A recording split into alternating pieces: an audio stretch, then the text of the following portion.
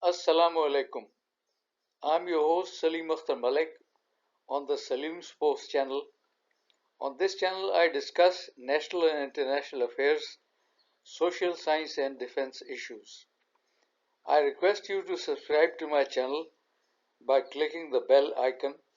In this session, I'll talk to you about nuclear deterrence in South Asia. Following are the highlights of post-Pahalgam standoff between India and Pakistan. After every standoff, conventional and non-conventional deterrence averted military escalation between the two countries. Pakistan re-established deterrence against India after India tried to challenge it with its missile attacks against Pakistan's civilian targets. In the future, the vicious cycle of deterrence breakdown and re-establishment can lead to an actual nuclear war between India and Pakistan. Pakistan's present unwritten first strike policy creates ambiguity. Should we write it down?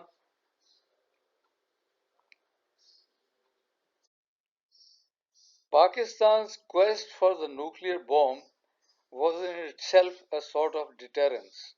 It kept the world, particularly India and the United States, guessing and grappling with the options to defang Pakistan.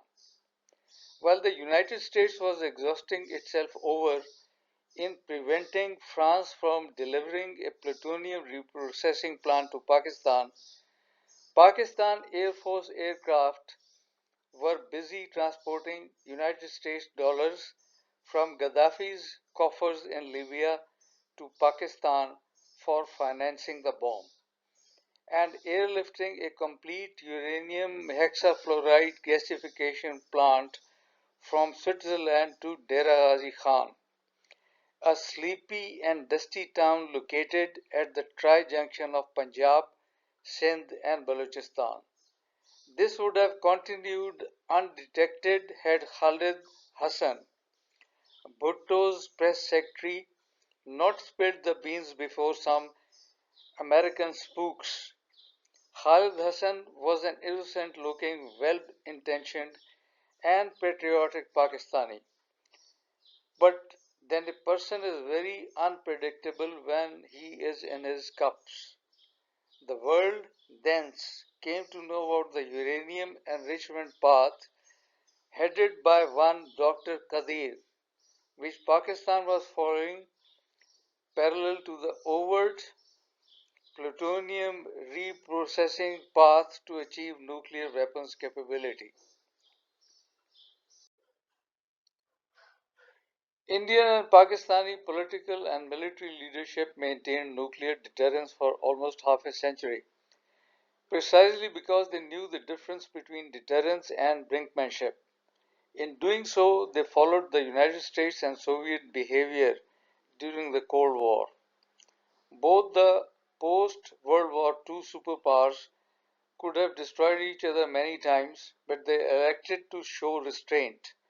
The Soviets blinked during the Cuban Missile Crisis by bowing down to the American naval blockade of the Bay of Pigs.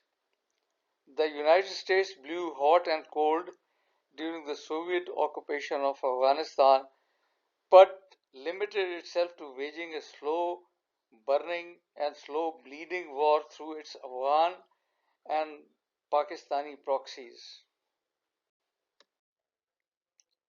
In 1965, Foreign Minister Zulfikar Ali Bhutto, Foreign Secretary Aziz Ahmad, and Major General Akhtar Hussain Malik, General Officer commanding 12th Division, deluded President Ayub Khan into believing that a Pakistani armed incursion into Indian held Kashmir would not result in an Indian offensive across the international border. On 6 September 1965, India attacked Pakistan across the international border.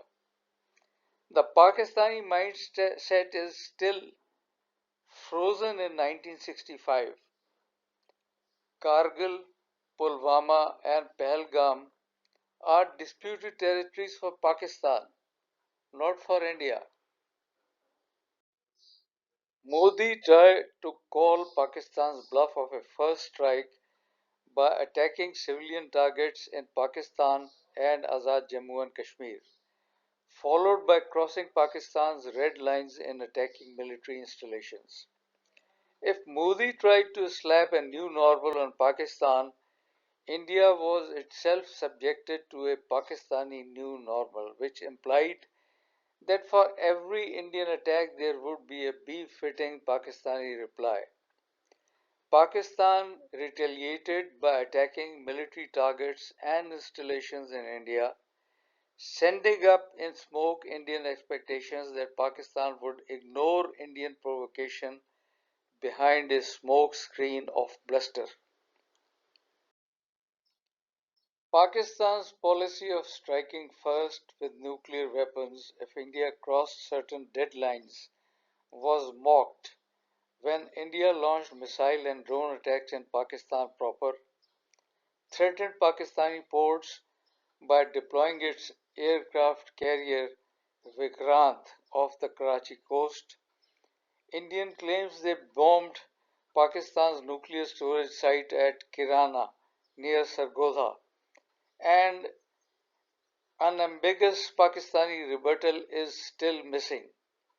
India bombed and damaged Neelam Jhelum Dam, holding the Indus Water Treaty in abeyance as Pakistan's biggest red line. Would writing down the red lines make any difference? While discussing the French nuclear policy, we should understand French sensitivities and inhibitions.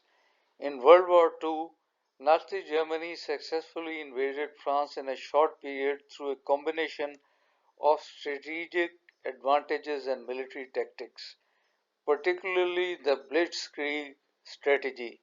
This involved a rapid combined arms attack with tanks, infantry, and air power, spearheaded by armored divisions bypassing the French Maginot Line.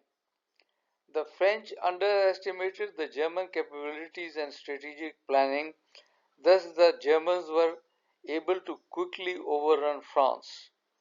After French official capitulation to Germany, de Gaulle rallied French citizens and soldiers to continue fighting. He played a crucial role in fighting the Nazi occupation by leading the French forces, that is, the Free French Forces, a resistance movement that opposed the Vichy government's collaboration with the Nazis. De Gaulle was a staunch nationalist who never reconciled with the post World War II idea that France should depend on the United States nuclear umbrella.